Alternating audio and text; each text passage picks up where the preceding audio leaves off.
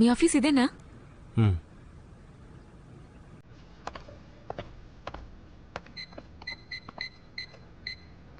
ఈరోజు సండే కాబట్టి ఎవరు రాలేదు.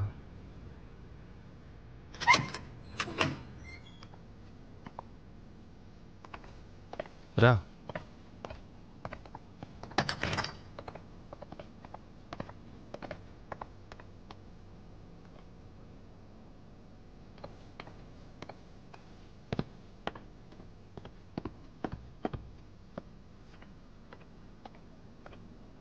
ఇది చైనీస్ గోస్ట్ స్టోరీ యాన్షి కదా? అవును, రా.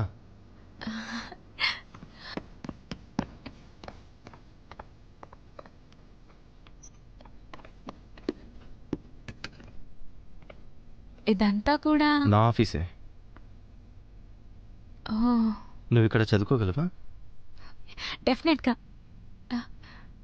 ఓకే.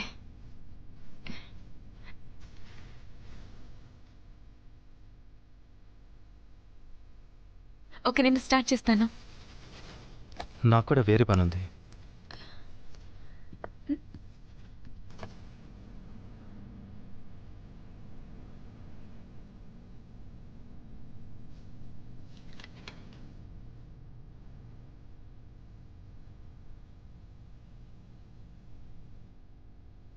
ఆఫీస్ చాలా ప్రశాంతంగా ఉంది. ఎంత సైలెంట్గా ఉంటే నేను స్టడీస్ పైన కాన్సన్ట్రేట్ చేయలేకపోతున్నాను.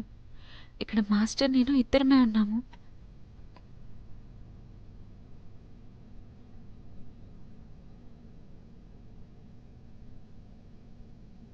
వేవే, నీకు ఒకటి చూపించాలి.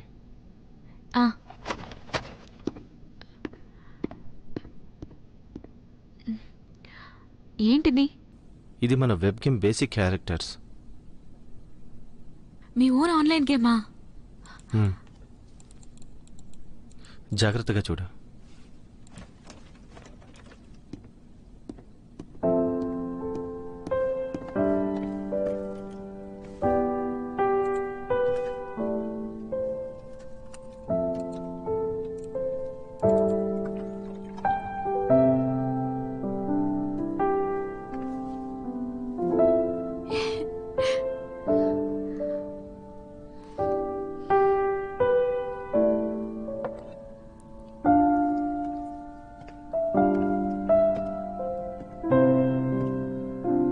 ఈ గేమ్ నాకు చాలా బాగా నచ్చింది.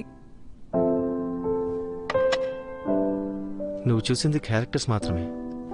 అవును, కానీ క్యారెక్టర్స్ ని చూసి గేమ్ ఏంటో తెలుసుకోవచ్చు. మగాళ్ళని ఆకర్షించడం కోసం ఆన్లైన్ గేమ్స్ చాలా వరకు ఫీమేల్ క్యారెక్టర్స్ ని సెక్సీ కాస్ట్యూమ్ లో ఎప్పుడూ చూపిస్తుంటారు. అందులో కొన్ని మరీ వల్గర్ గా ఉంటాయి. నా హీరోయిన్ కి రెడ్ డ్రెస్ సెట్ చేయడానికి కారణం తనకున్న స్పెషల్ స్కిల్స్. అలాగే తన కాస్ట్యూమ్స్ ఏమాత్రం వల్గర్ గా ఉండవు. కానీ మీ గేమ్ చాలా డిఫరెంట్ గా ఉంది. ప్రతి ఫీమేల్ క్యారెక్టర్ యొక్క కాస్ట్యూమ్ చాలా ప్రాపర్ గా ఉంది. అంటే గేమ్ డెవలపర్ కి తన గేమ్ పైన చాలా నమ్మకం ఉంది. గేమ్ పైన గౌరవం కూడా ఉంది. అందుకే తన గేమ్ ని అమ్ముకోవడానికి చీప్ ట్రిక్స్ ప్లే చేయట్లేదు. నీ కామెంట్స్ కి థ్యాంక్స్. ఈ గేమ్ అనేది నా ప్లెజర్. మాస్టర్ మంచి మూడ్ లో ఉన్నట్టున్నారు. నా కాంప్లిమెంట్ తనకి బాగా నచ్చినట్లుంది. సో ట్రయల్ రన్ ఎప్పుడు?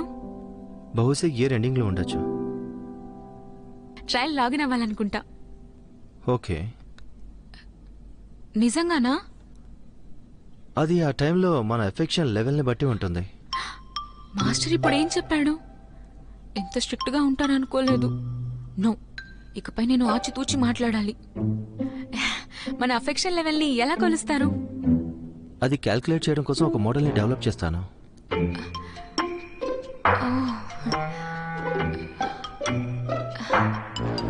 అది ఫెంటింగ్ వాళ్ళు మన గేమ్ స్టోరీ కొనడానికి ఆఫర్ చేశారు కదా, ఎందుకు దాన్ని మీరు కాంప్లికేట్ అని అన్నారు? ఈ ఆన్లైన్ గేమ్ డెవలప్ చేయడం కోసం మేము వాళ్ళతో కలిసి వర్క్ చేసే అవకాశాలు ఉన్నాయి. మేము సేమ్ టైంలో న్యూ గోస్ట్ స్టోరీ డెవలప్ చేయడానికి ట్రై చేస్తాం. న్యూ గోస్ట్ స్టోరీ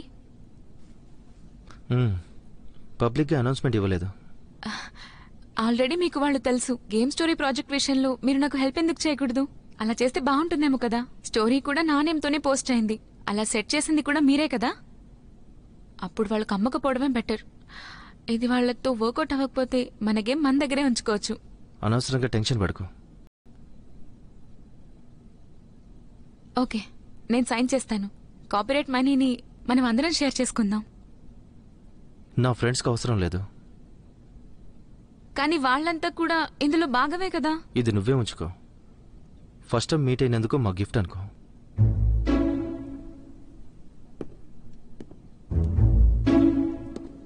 తన షేర్ కూడా అడగాలి అనుకున్నాను. వదిలే, అడిగితే మళ్ళీ వెడ్డింగ్ గిఫ్ట్ అంటాడేమో.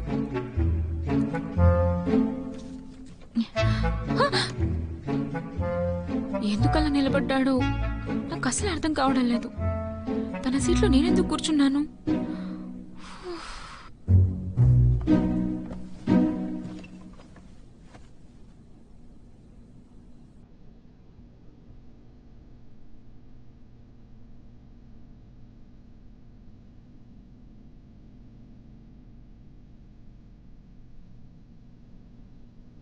ఇది Chinese ghost story limited edition cup కదా? అది నీకోసమే.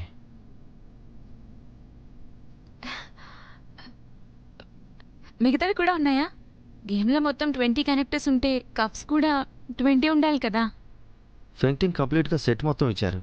నేను 2 తీసుకున్నాను. మిగతావి నా ఫ్రెండ్స్ తీసుకున్నారు. అంటే స్పెషల్గా నేను నా కోసమే దాచాడనమాట. ఏదో ఒకరోజు ఆఫీస్కి వస్తానని తనకి ముందుగానే తెలుసా? జియోనై, ఆ రోజు నేనేనని మీకెలా తెలిసింది? జియోనాయ్,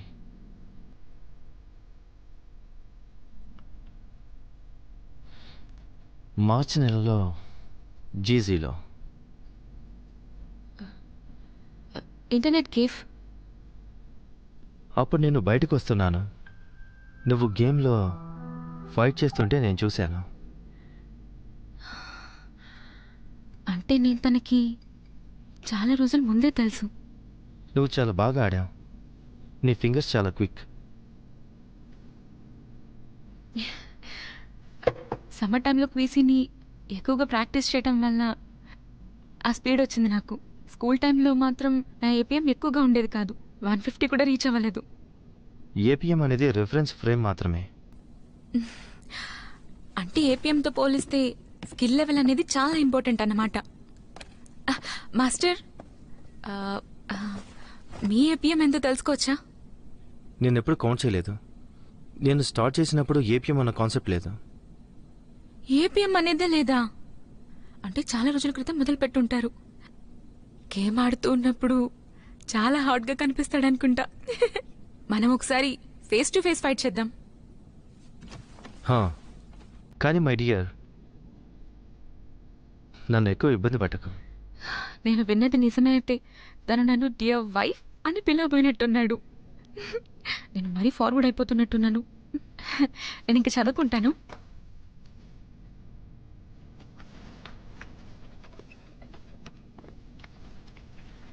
నేనెవరో తనకి ముందే తెలుసు. మరి గేమ్ ఆడేటప్పుడు ఎందుకు ఈ విషయం చెప్పలేదు? ఆర్కియాలజీలో కూడా ఒకరికొకరు ఎదురుపడ్డాము. ఒక్క నిమిషం. నేను కూడా తన క్లాస్కి వెళ్ళాను. తన కోసం నువ్వు ఉండాల్సిన పని లేదు. అవును, ఒకసారి నేను కూడా మీ పక్కనే కూర్చున్నాను. తెలుసు. అందుకేనా అప్పుడు తెలుసు అన్నాడు. రవి, నువ్వు నన్ను అలాగే చూస్తుంటే నేను చాలా ఇబ్బంది పడుతున్నా.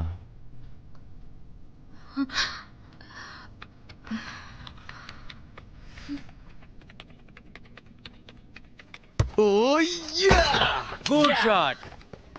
ఈ ప్రపంచంలో బ్రతకాలంటే టఫ్గా ఉండాలి. నేను 3 సార్లు పొడుస్తా. నేను 3 సార్లు పొడుస్తా. యా. ఓకే ఓకే, ఇప్పుడు నా టర్న్. ఇప్పుడు నేను తన ప్లేస్ ని తీసుకోబోతున్నాను. కమాన్ కమాన్ కమాన్. నేను తీసుకుంటాను. పట్టుకోరా.